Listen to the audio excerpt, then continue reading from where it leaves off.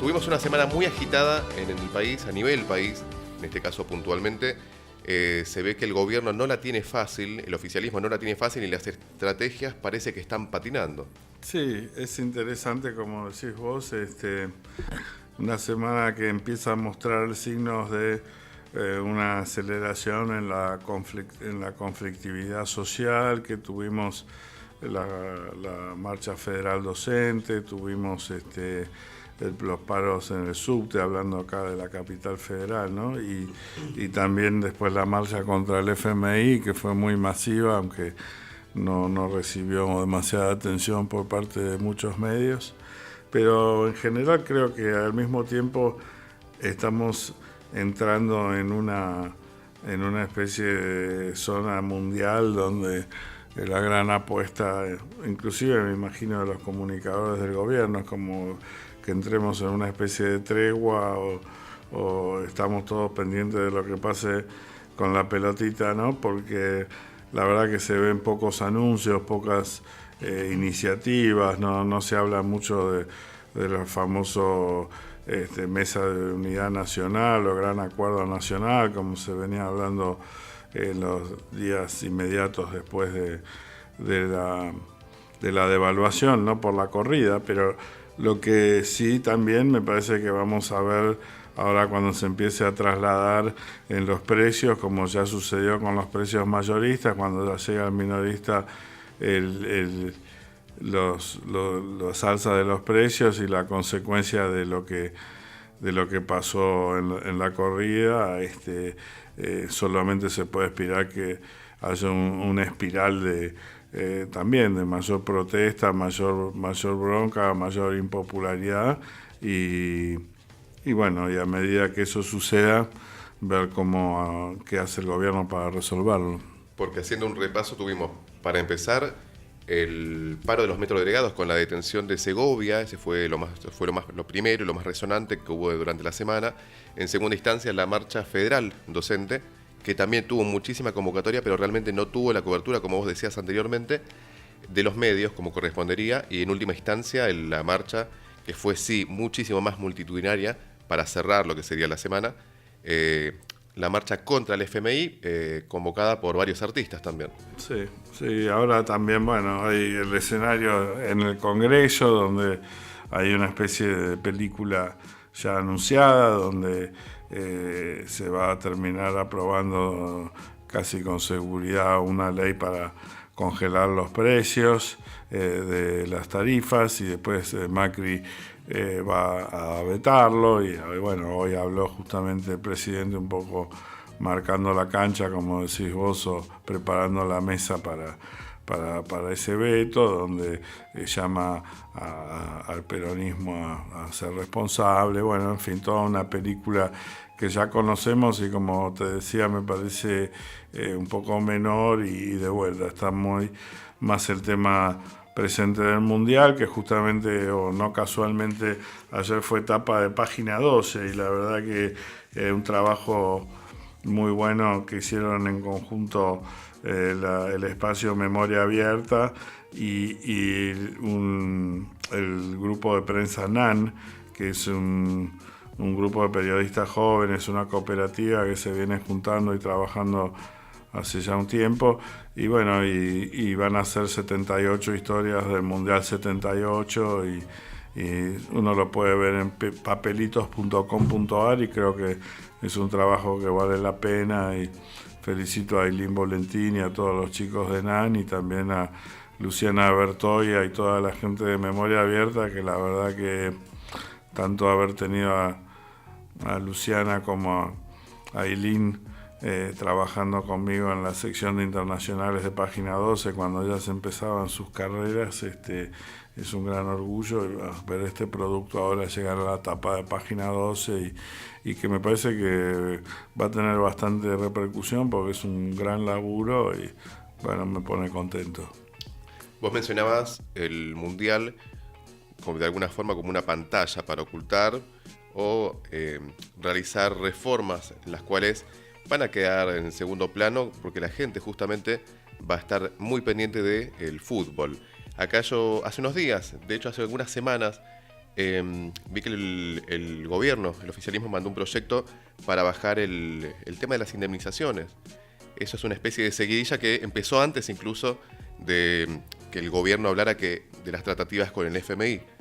Eso viene, digamos, en sintonía con lo que se estaría pretendiendo hacer durante el Mundial. Me da la impresión a mí, por lo menos. Sí, no sé, pero que estoy seguro que es el principio de varias demandas más que van a venir del FMI seguramente. Me parece que las leyes laborales o los derechos laborales claramente van a ser, así como los fondos de seguridad social, creo que son los dos áreas o campos más vulnerables a lo que va a exigir el fondo para prestarnos plata, que a su vez, por supuesto, nos va a seguir endeudando y no nos va a solucionar la vida. Pero bueno, habrá que ver qué pasa, ¿no? Estar atentos justamente para que no suceda lo que vos decís y se pueda disfrutar de un mundial y los que no les gusta el fútbol puedan seguir su vida normal y mientras tanto entre todos sigamos controlando que nadie se pase de vivo.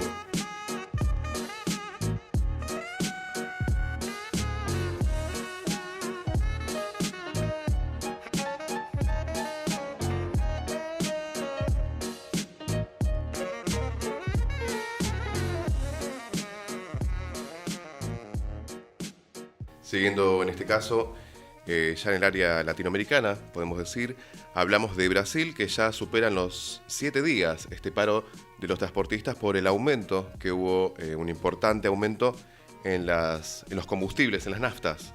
El diésel, sí, que es el que usan los camiones, la verdad que es una situación bastante inédita, es una especie de tormenta perfecta que está dejando a Brasil en una situación muy vulnerable, o sea, ya no hablar en teoría, sino hablamos de chicos que no pueden ir a la escuela, de granjeros que están llevando sus gallinas y sus pollos y los están regalando en las ciudades porque al no tener alimentos se terminan comiéndose a sí mismos los animales.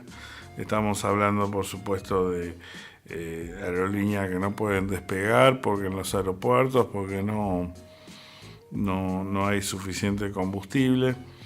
Estamos hablando, creo que vos lo mencionabas fuera de aire, que Brasil no tiene una tradición así como la Argentina de mantener estos movimientos durante tanto tiempo y demás, y un origen, te diría, más bien, no sé si extraño, pero antes popular, ¿no? Esto empieza más como una actitud de la patronal que va bajando a las medianas, de las grandes empresas a las medianas, de ahí a los cuentapropistas, y me imagino, aunque no tengo información concreta, que ahora también los mismos choferes estarán adheridos o estarán de acuerdo con esto, que dicho sea de paso, justamente el candidato de la extrema derecha es el primero en apoyar a los que motorizan el paro, el general retirado Bolsonaro, ¿no? José Bolsonaro. Entonces, ya de por sí no es como una sublevación popular, sino que viene,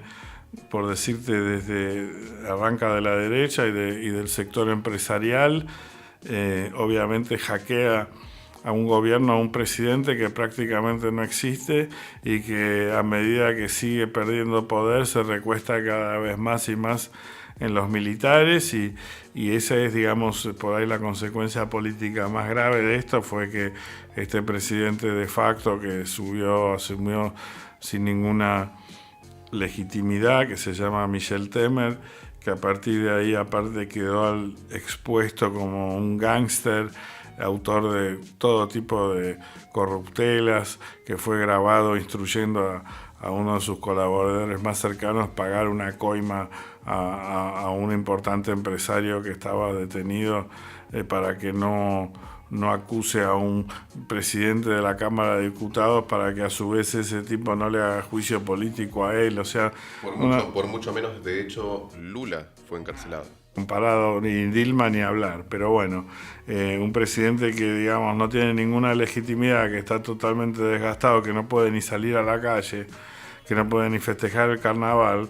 ¿Qué es lo que hace? Recurre a los militares, llama a los militares, y que haya llamado a despejar los militares las rutas sería un detalle nomás, si no fuera porque antes nombró a militares a distintos ministerios, antes intervino el Estado de Río de Janeiro con militares, antes les dio todo tipo de poder y de prebendas, ratificando la ley de amnistía de la dictadura, etcétera, etcétera. Antes el jefe del ejército brasilero salió a hablar y a apoyar la detención de Lula, o sea, es un paso más en la militarización, o si se puede mirar desde la otra manera, la desdemocratización de Brasil. Entonces ahora pide a los militares que intervengan, dice que tiene un pacto con los empresarios primero llama a cadena nacional, dice que todo se arregló porque arregló con los empresarios,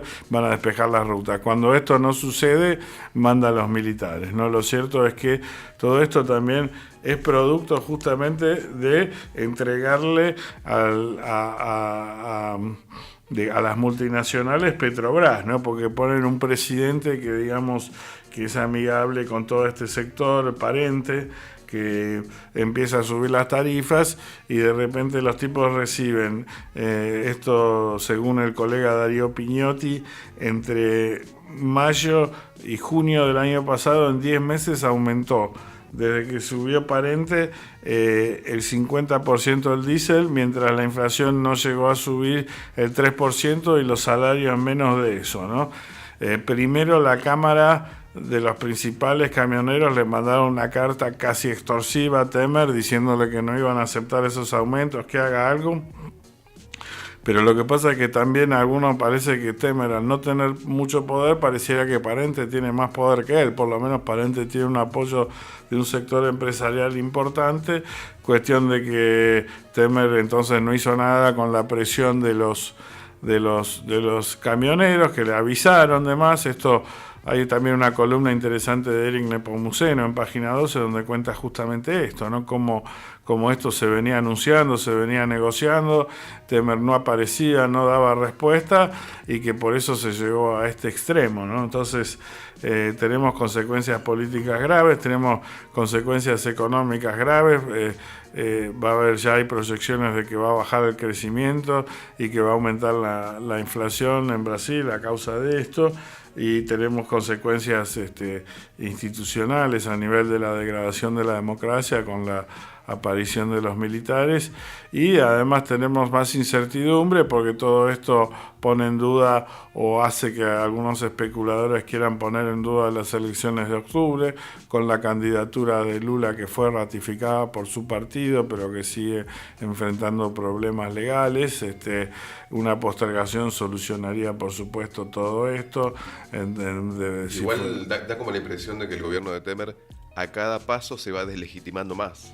Sí, lo interesante es que, como decís vos, Guilla, hace más de un año, así que ya lleva 2 años, hace más de un año que se decían que era insostenible, que ya primero lo había abandonado el socio de la coalición, el PSDB, el Partido Socialdemócrata, que era el principal partido opositor, después que mismo dentro del PMDB o el MDB, que es su espacio, por el hecho de que habían caído algunas figuras emblemáticas y también se le complicaba la interna, parecía que iba perdiendo poder y muy deslegitimado en la población, y sin embargo tiene un instinto de supervivencia que solo le cabe a los políticos y, como decís vos, permanece a costa del daño que hace, porque no soluciona nada. Logró pasar una reforma laboral realmente muy dañina, que por supuesto es elogiada por el Fondo Monetario y pasada como ejemplo, pero después no pudo avanzar con su reforma previsional. Perdió el poder, y cuando perdió el poder perdió el apoyo de la derecha, y ahora esta lockout, más que paro o bloqueo de rutas para ser más neutro, viene del lado empresarial, del lado del sector de logística, del sector exportador. y bueno, y por el otro lado ya tiene en contra a toda la gente, digamos, de los sectores populares, con lo cual pareciera que no tiene de dónde agarrarse, ¿no? Pero sigue, y sigue haciendo daño.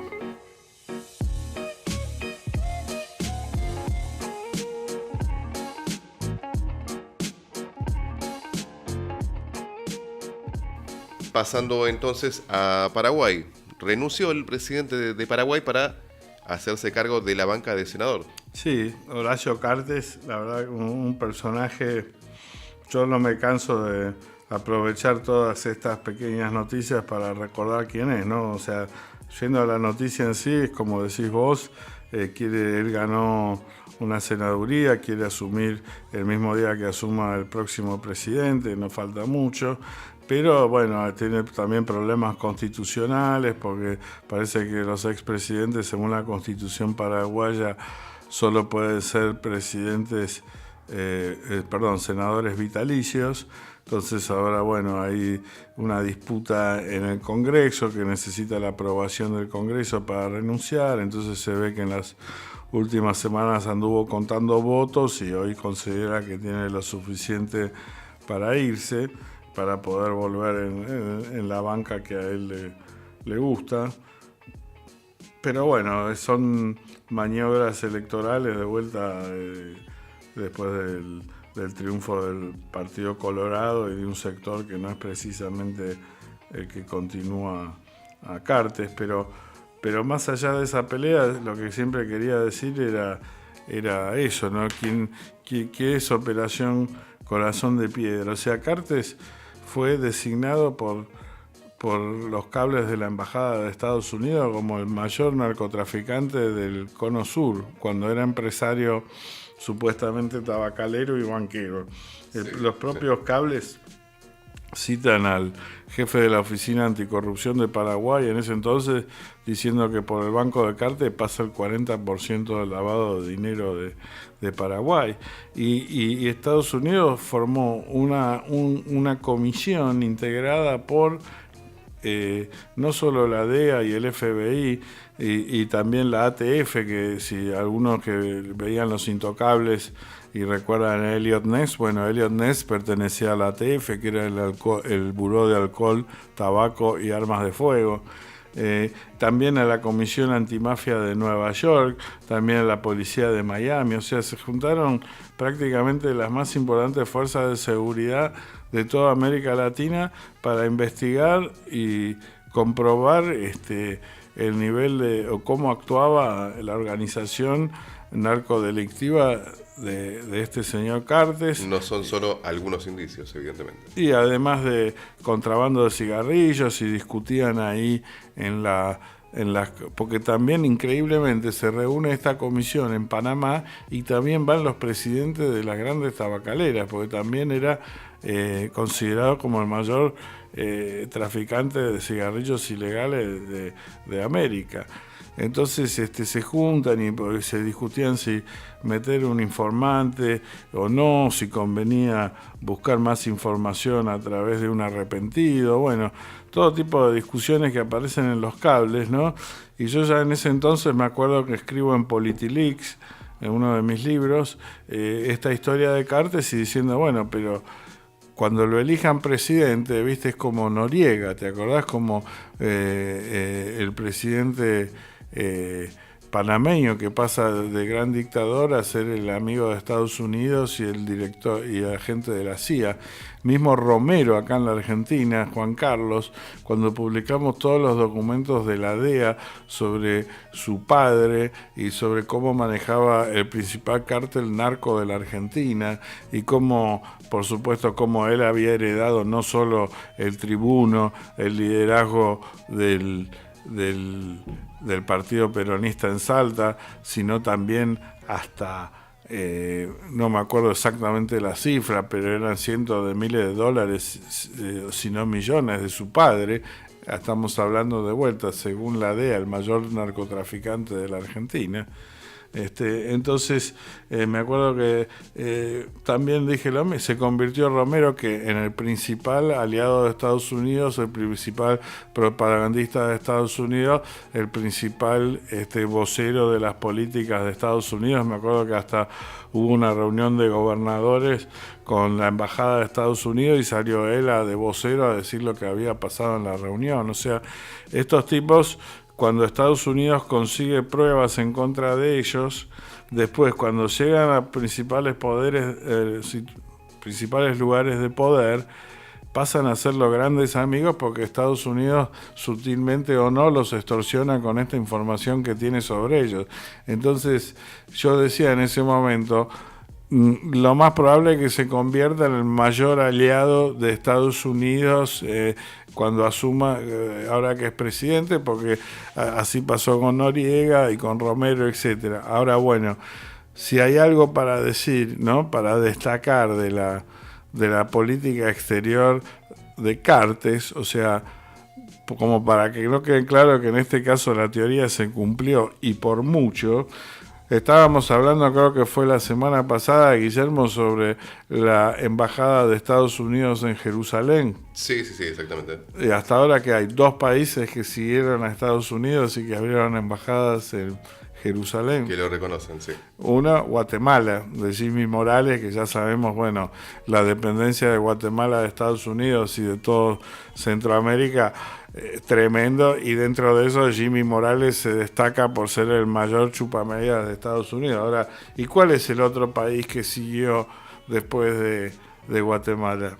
Deja de adivinar. ¿Estamos hablando de Paraguay? Sí, y ahí está. O sea, el único país sudamericano, segundo en el mundo, de abrir embajada en Jerusalén, Paraguay. O sea, imagínate si no tendrá nada que ver la operación Corazón de Piedra con esto, ¿no? Entonces, Estados Unidos empezó a apretar fuerte para ganar aliados en un tema complicado como lo es justamente la embajada que abrieron en Jerusalén. Sí, mira, yo me acuerdo en Estados Unidos cuando cubría la DEA, una vez un jefe de la DEA en Washington me dice eso, tenemos a un tipo, ¿qué es lo que primero queremos hacer?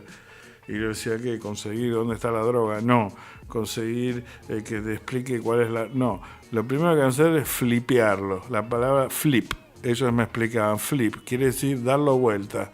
Ponerlo a que labure para nosotros, para que nos consiga alguien más grande. Entonces, estos tipos, una vez que llegan a un nivel que son presidentes del Banco Central de un país, o que son presidentes, o en el caso de, bueno, pues, en el caso de Cartes, presidente de la Nación, en el caso de Romero, gobernador de Salta y demás, lo que quieren hacer es no usar la información para avergonzarlos y para derrotarlos y para que venga alguien y se haga de sus restos. Lo que quieren es usar esa información para que estos tipos laburen para los intereses de Estados Unidos. Tienen muchísimos para ganar tomando esa estrategia, digamos. Y sobre todo recordamos que la agencia líder fuera de Estados Unidos es la CIA, así como es el FBI dentro de Estados Unidos. Entonces la CIA puede decirle a cualquier agencia, llámese la DEA, el ATF o el FBI, de desistir de sus operaciones si la operación es por intereses nacionales, y eso lo decide la CIA. Entonces imaginémonos lo que pudo haber pasado ahí. Cuestión de que ahora este señor va a seguir en el poder, ya como senador, influyente, importante, dirigiendo, si querés, el ala minoritaria del Partido Colorado, pero un área importante al fin, con grandes nexos con Estados Unidos y obviamente con una política aperturista que va a seguir siendo su característica.